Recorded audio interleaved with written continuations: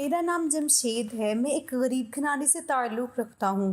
انسان بہت ناشکرا ہے۔ وہ ہمیشہ اس کی چاہ کرتا ہے جو اس کے پاس میسر نہ ہو، مگر جو مل جائے اس کا شکر ادا نہیں کرتا۔ یہ انسان کی فطرت ہے۔ اسے ہمیشہ بہتر سے بہترین چاہیے، مگر اللہ کی ذات ہمیشہ وہ عطا کرتی ہے جو ہمارے حق میں بہتر ہوتا ہے۔ ایک بچہ جتنی مرضی تندور میں گرنے کی یا آگ کے پاس جانے کی ضد کر لے، جیسے ہی ماں اسے اس کی ضد پر ٹوک دیتی ہے، جھڑک دیتی ہے، ویسے ہی اللہ بھی انسان کو بچا لیتا ہے، مگر وہ عطا نہیں کرتا جو اس کی ضد ہو اور اس کے لیے نقصان دہ ہو۔ مگر انسان تو پھر انسان ہے، وہ ایک پر کہاں راضی ہوتا ہے۔ ایسے ہی میں بھی ناشکری کرنے کی سزا آج تک بھگت رہا ہوں۔ وہ ایک پل کا خوف مجھے سکون سے جینے نہیں دیتا۔ میں کبھی بھی کھل کر سانس نہیں لے پایا۔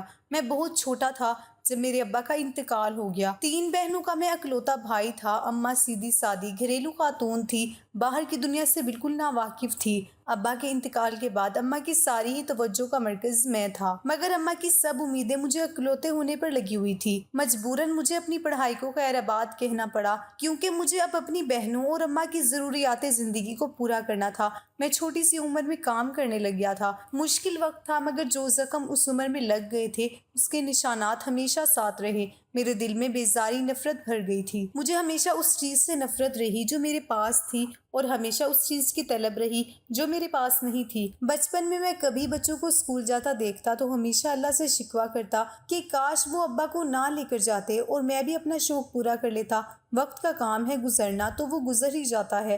میں نے اپنی بہنوں کی شادی کر دی تھی، مگر میں نے خود اب تک شادی نہ کی تھی۔ میں 30 سال کا ہوا تو اماں نے کہنا شروع کر دیا کہ شادی کر لو تاکہ گھر سنبھالنے والی آ جائے۔ مجھ سے اب کام نہیں ہوتے۔ مجھے اماں کی اس بات سے ہمیشہ اختلاف رہا کہ ان کو بس میری ضرورت اپنی ضروریات پوری کرنے کے لیے رہی۔ کبھی تو میرا خیال کر لیا ہو کہ میں کیا چاہتا ہوں۔ ہمیشہ مجھ پر اپنے فیصلے مسلط کیے۔ اماں میرا رشتہ تلاش کرنے لگی تھی۔ میں خوبصورت تو بہت تھا، مگر غربت اور مجبوریوں نے مجھ سے میری خوبصورتی چھین لی تھی۔ اماں میرے لیے رشتہ تو دیکھ رہی تھی، مگر کبھی میں کسی کو پسند نہ آتا تو کبھی مجھے کوئی پسند نہ آتی۔ بہت وقت گزرنے کے بعد اماں کو ایک لڑکی پسند آ گئی۔ لڑکی اتنی خوبصورت نہیں تھی، مگر پڑھی لکھی تھی اور نوکری کرتی تھی۔ ان کی کیا مجبوری تھی جو انہوں نے مجھ غریب سے اس لڑکی کی شادی کر دی، مگر مجھے اس لڑکی میں کبھی بھی کوئی دلچسپی نہ رہی۔ شادی کی تیاریاں عروج پر تھی اور پھر وہ دن بھی آ گیا جب میرا نکاح ہونا تھا، مگر ہمیشہ کی طرح میرا نکاح بھی میری ناپسندیدہ لڑکی سے طے کر دیا گیا۔ مگر میں نے سوچ لیا تھا کہ میں اس کو کبھی خوش نہیں رکھوں گا، اور ایسا ہی ہوا۔ میرا رویہ اس کے ساتھ ہمیشہ تلخ ہی رہا تھا۔ میں ہمیشہ اس کو باتیں سناتا۔ وہ بے شک مجھ سے زیادہ کماتی تھی، مگر عورت ہونے کے ناطے وہ کمزور تھی اور میرے رحم و کرم پر تھی۔ اس بات کا میں ناجائز فائدہ اٹھاتا تھا، اس پر ظلم و ستم کرتا، اس کو طعنے دیتا۔ ایک غلطی جو مجھ سے سرزد ہو گئی تھی وہ یہ تھی کہ میں نے اپنی زمین جائیداد جو ساری عمر لگا کر کمائی تھی، میری اماں کی ضد پر میں نے اپنی بیوی کے نام کر دی تھی، کیونکہ لڑکی والوں کی یہ شرط تھی کہ میں اپنی ساری زمین جائیداد حق مہر میں لکھ کر دوں اور مجھے اماں کی ضد کے آگے ہتھیار ڈالنے پڑے۔ لیکن وہ کہتے ہیں نا، جب ایک نعمت ہاتھ سے چلی جائے اس کے بعد اس کی قدر ہوتی ہے۔ وقت گزرتا گیا اور میری بیوی مجھ سے بدگمان ہوتی چلی گئی، مگر مجھے اس سب کی کوئی پرواہ نہیں تھی۔ میرے 3 بچے تھے۔ میرے سسرال والے بہت کم میرے گھر آتے تھے۔ میری سالی، جس کی عمر تقریباً 24 سال تھی، اپنی کسی سہیلی کی شادی میں جانے کے لیے تیار ہوئی۔ اس کی سہیلی ہمارے ہی شہر میں رہتی تھی، اس لیے وہ اپنی بہن سے ملنے بھی آ گئی۔ جس وقت میری شادی ہوئی تھی اس وقت وہ محض 12-14 سال کی تھی۔ میرے لیے وہ اس وقت تو بچی تھی، مگر اب وہ بے حد خوبصورت جوان لڑکی تھی۔ اپنی سالی کو دیکھ کر میرے دل میں ایک آہ سی اٹھی تھی کہ کاش میری بیوی کی جگہ میری سالی میری بیوی ہوتی۔ میں دن رات اس کی یاد میں رہتا۔ پہلے ہی اپنی بیوی کو کچھ نہیں سمجھتا تھا، اب اس سب کا قصور بھی اسی پر ٹھہراتا تھا۔ مجھے اپنی سالی سے عشق ہو گیا۔ میں اپنی سالی کے عشق میں اتنا پاگل ہوا کہ اس کو پانے کے لیے نئے نئے منصوبے بنانے لگا۔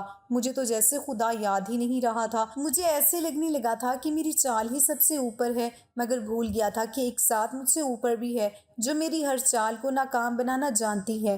میں نے اپنی سالی سے جب پیار کا اظہار کیا تو پہلے تو وہ سوچ بچار کرتی رہی، مگر 2 مہینے کے انتظار کے بعد اس نے مجھے ہاں کر دی اور بولی کہ میں تم سے شادی کرنا چاہتی ہوں۔ میں بہت خوش ہو گیا۔ مجھے اور کیا چاہیے تھا، مگر اس سے پہلے مجھے اپنی بیوی سے جان چھڑانی تھی تاکہ میں اپنی سالی سے شادی کر سکوں۔ میں نے بہت کوشش کی کہ وہ مجھ سے خلا لے لے تاکہ میری بدنامی نہ ہو اور میری سالی کے گھر والے بآسانی اپنی دوسری بیٹی کا رشتہ مجھے دے دیں۔ مگر میری بیوی بہت ضدی تھی۔ وہ میری تلخ کلامی، مار پیٹ سب کچھ برداشت کرتی رہی، مگر اس نے اف تک نہ کیا۔ مگر ایک بات جو بہت عجیب ثابت ہوئی تھی وہ یہ تھی کہ میری بیوی اب خاموش رہنے لگی تھی۔ میری کسی بھی زیادتی کے بدلے مجھے کچھ نہ کہتی۔ مجھے اس کی خاموشی اندر ہی اندر گھائل کرتی جا رہی تھی۔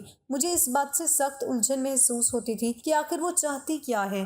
ایک روز میں رات کے وقت سو رہا تھا کہ مجھے اپنے کمرے میں کسی کی باتوں کی آوازیں آنے لگی۔ میری آنکھ کھلی تو میری بیوی نہ جانے کس سے ہلکی آواز میں باتیں کر رہی تھی۔ میں جب اس کے پاس گیا تو وہ مجھے دیکھ کر ایک دم گھبرا گئی اور ڈرتے ڈرتے فون بند کر دیا۔ میں نے غصے میں اس سے پوچھا کہ کس سے بات کر رہی تھی تو کہنے لگی کہ کوئی نہیں تھا، میری پرانی سہیلی تھی۔ مجھے کافی حیرت ہوئی کہ رات کے اس پہر کون سی سہیلی تھی جو میری بیوی سے باتیں کر رہی تھی۔ اتنے عرصے میں ایک بات تو جان گیا تھا کہ میری بیوی با کردار ہے، اس میں ایسا کوئی عیب نہیں تھا جس کی بنا پر میں اس کو چھوڑ دیتا۔ اس روز تو میں نظر انداز کر کے سو گیا، مگر میری حیرت کی انتہا نہ رہی جب یہ روز کا معمول بن گیا۔ میری بیوی کبھی چھت پر جا کر تو کبھی کچن میں تنہا بتیاں بجھا کر نہ جانے کس سے 2-2 گھنٹے باتیں کرتی تھی۔ مجھے اپنی بیوی پر اب مزید غصہ آنے لگا تھا، کیونکہ میری بیوی فون پر باتیں کرنے کے بعد بہت پرسکون سے سو جاتی تھی اور خوش رہنے لگی تھی۔ میں اگر کچھ کہہ بھی دیتا تو مسکرا کر میری بات کو مذاق میں اڑا دیتی۔ ایک روز میں اپنے کام پر گیا مگر کچھ کاغذات گھر پر ہی بھول گیا،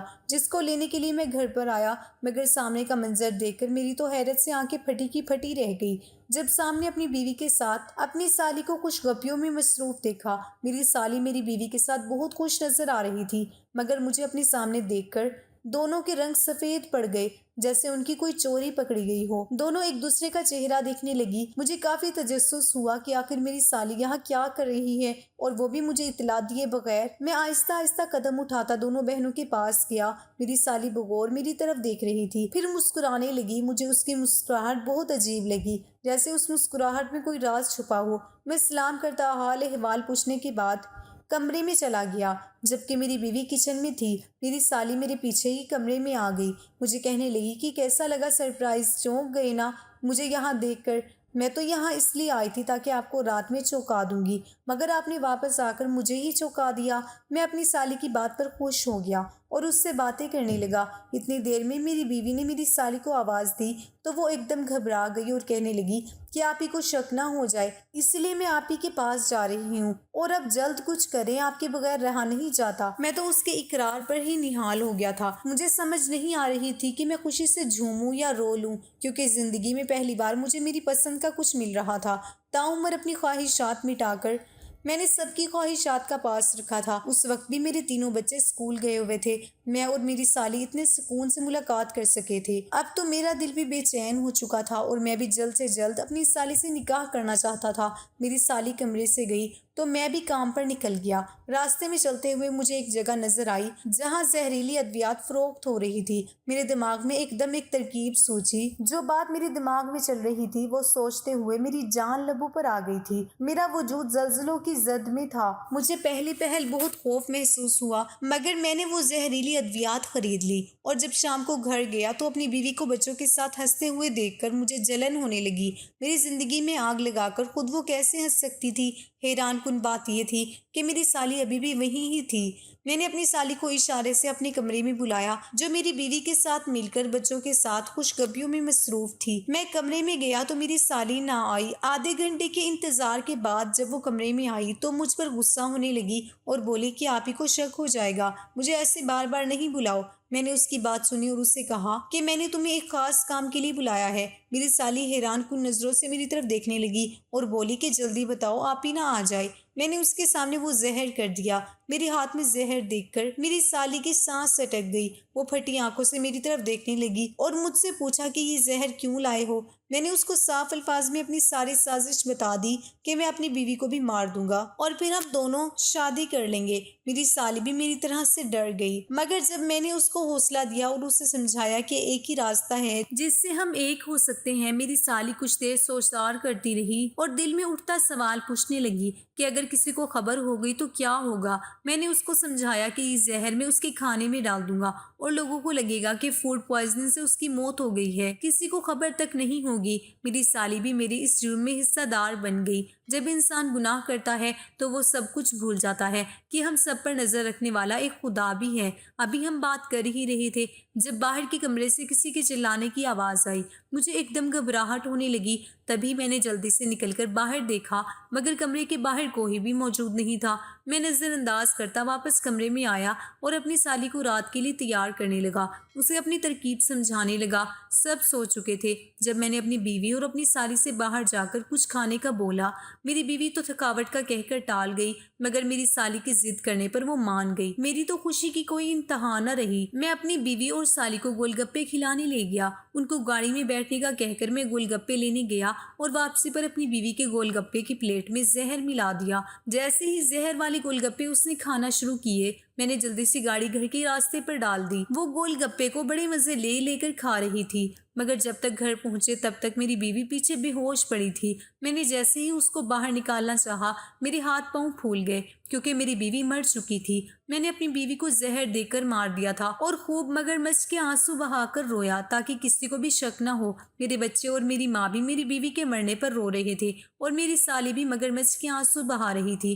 دل سے ہم دونوں ہی بہت خوش تھے۔ جب بیوی کو غسل دینے کا وقت آیا تو میری سالی نے تنہا ہی اس کو غسل دیا، کسی کو اجازت نہ تھی کہ وہ میری بیوی کو غسل دے۔ سب کو یہ بات بہت عجیب لگی۔ میں نے جب اپنی سالی سے پوچھا کہ تم اکیلی غسل کیوں دے رہی ہو تو وہ کہنے لگی تاکہ اس کا نیلا پڑتا رنگ دیکھ کر کوئی پہچان نہ جائے کہ اس کو زہر دیا گیا ہے۔ میری سالی نے جب غسل دیا تو ساتھ ہی جنازے کا شور اٹھ گیا مگر میری حیرت کی انتہا نہ رہی جب سب نے مجھے میری بیوی کے جنازے پر جانے نہ دیا اور کہا کہ تم گھر پر ہی رہو، تم دیکھ نہیں پاؤ گے۔ میری تو جیسے 10 کی 10 انگلیاں گھی میں تھی، کسی کو مجھ پر ذرا بھی شک نہ ہوا تھا۔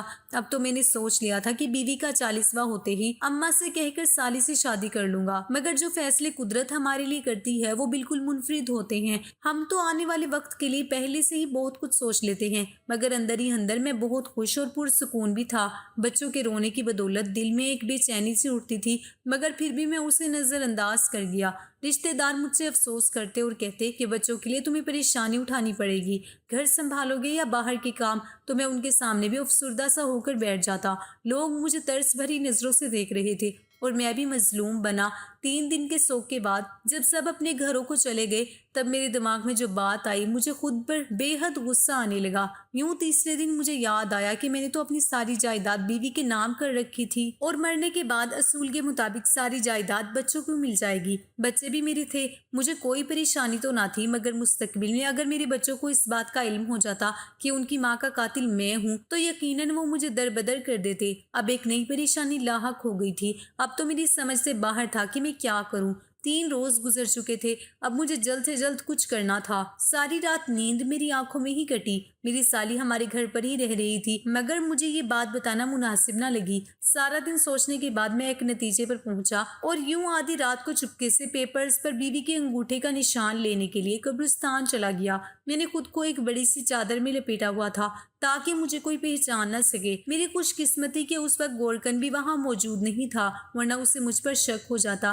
میں جلد سے جلد اپنا کام ختم کرنا چاہتا تھا۔ جو ہی قبر کھود کر بیوی کا ہاتھ پکڑا پاؤں تلے سے زمین نکل گئی کیونکہ وہ میری بیوی کا ہاتھ نہیں تھا، وہ ہاتھ بہت خوفناک تھا۔ میں نے جیسے ہی کفن ہٹایا میرے تو رونگٹے کھڑے ہو گئے کیونکہ وہاں بس ایک ڈھانچہ تھا، اس کے علاوہ کچھ نہیں۔ میں نے خوف کے مارے جلدی سے قبر کو بند کر دیا۔ میرا پورا وجود پسینے سے شرابور تھا، میرے تو ہوش ہی اڑ گئے تھے۔ میں نے ایسا منظر پہلی بار اپنے سامنے دیکھا تھا، میرا پورا وجود کانپ رہا تھا۔ میں انہی قدموں پر واپس قبرستان سے نکل آیا۔ ڈر و خوف کی وجہ سے میرے ہاتھ سے جائیداد کے کاغذات گر گئے مگر مجھے کوئی ہوش نہ تھا۔ میں جلدی سے گھر پہنچا تو میری سالی نہ جانے کس سے فون پر باتیں کر رہی تھی۔ اچانک فون بند کر کے میری طرف دیکھنے لگی، وہ کافی گھبرائی ہوئی لگ رہی تھی۔ میں اس کے پاس گیا اور اس سے پوچھا کہ کیا ہوا ہے تو وہ کہنے لگی کہ کچھ نہیں، بس مجھے ڈر لگ رہا ہے، ایسا لگا جیسے آپ ہی کی آواز آئی تھی، آپ نہیں تھے گھر پر تو میں نے ابا کو فون کر لیا۔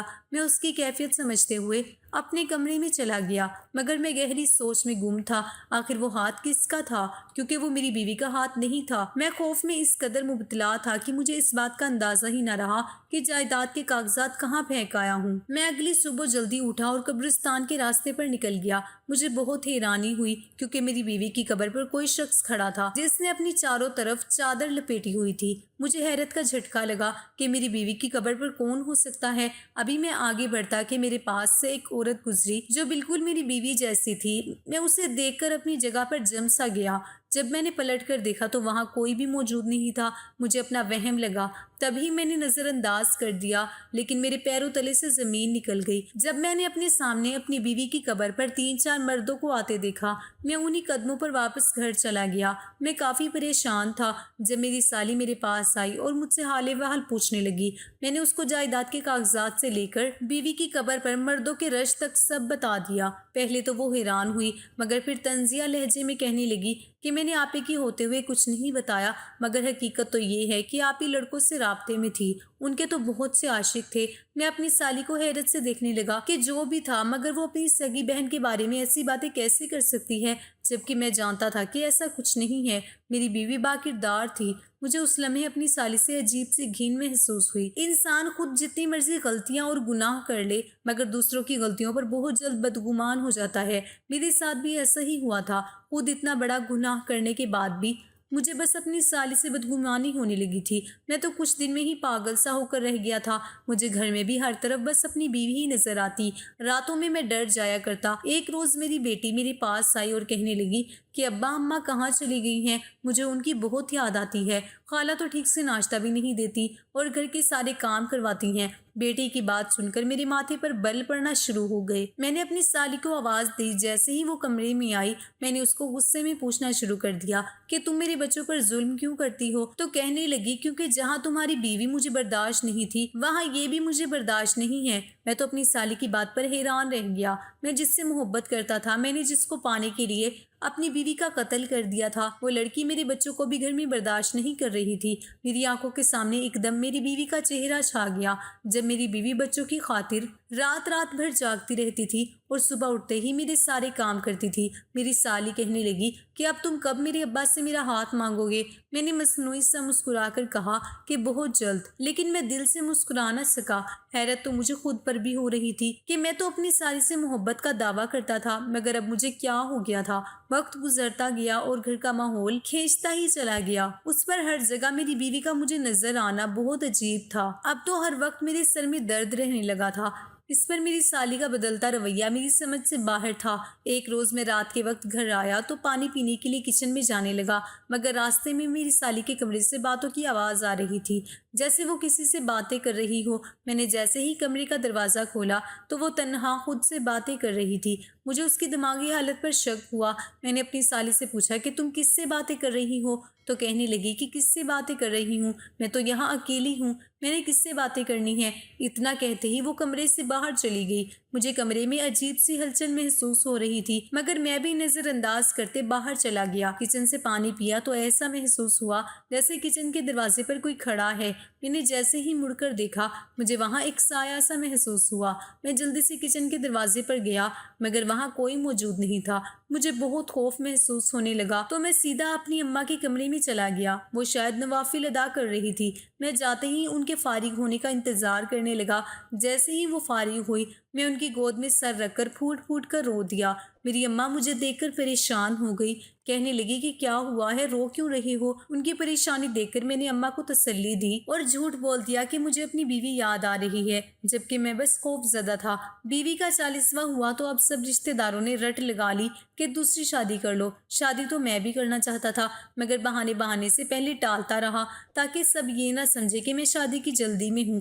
مگر کچھ مہینے کے بعد میری اماں مجھ سے کہنے لگی کہ اب میں شادی کر لوں، بچوں کو سنبھالنا میرے بس کا کام نہیں ہے۔ تب میں ان کے سامنے مظلوم بن گیا اور بولا کہ بچوں کے لیے سوتیلی ماں لانے سے دل ڈرتا ہے۔ تو اماں کہنے لگی کہ پھر کیا کیا جائے، شادی نہیں کرو گے تو کیسے چلے گا؟ میں دل ہی دل میں خوش بھی تھا۔ میں نے اماں سے مظلوم شکل بنا کر کہا کہ اماں کاش ایسا ہو جائے کہ جو بچوں کی ماں جیسی ہی آ جائے۔ اماں ابھی سوچنے لگی۔ میں نے اماں سے کہا کہ مجھے کسی غیر لڑکی پر بھروسہ نہیں ہے، آپ میری سالی کے لیے بات کریں۔ تو اماں حیرانگی سے مجھے دیکھنے لگی۔ میں نے اماں سے کہا کہ اماں ایک وہی ہے جو بچوں کا بہتر طریقے سے خیال رکھ سکتی ہیں، اس کے علاوہ اور کوئی نہیں ہے جو مجھے اپنے بچوں کے لیے بہتر لگے۔ میری اماں پہلے سوچتی رہی، پھر بولی کہ کیا پتا وہ بچی مانتی بھی ہے یا نہیں۔ تیری اور اس کی عمر میں بڑا فرق ہے۔ میں نے اماں سے کہا کہ اماں وہ مان جائے گی، کیونکہ اس میں نے اپنی بیوی کی جھلک دیکھی ہے۔ وہ بچوں سے بے انتہا محبت کرتی ہے، جو میری بیوی نہیں کر سکی وہ کر سکتی ہے۔ وہ اس گھر کو آباد کرے گی۔ اماں میری ضد پر مان گئی اور اگلے ہی روز سالی کا رشتہ لینے اس کے گھر چلی گئی۔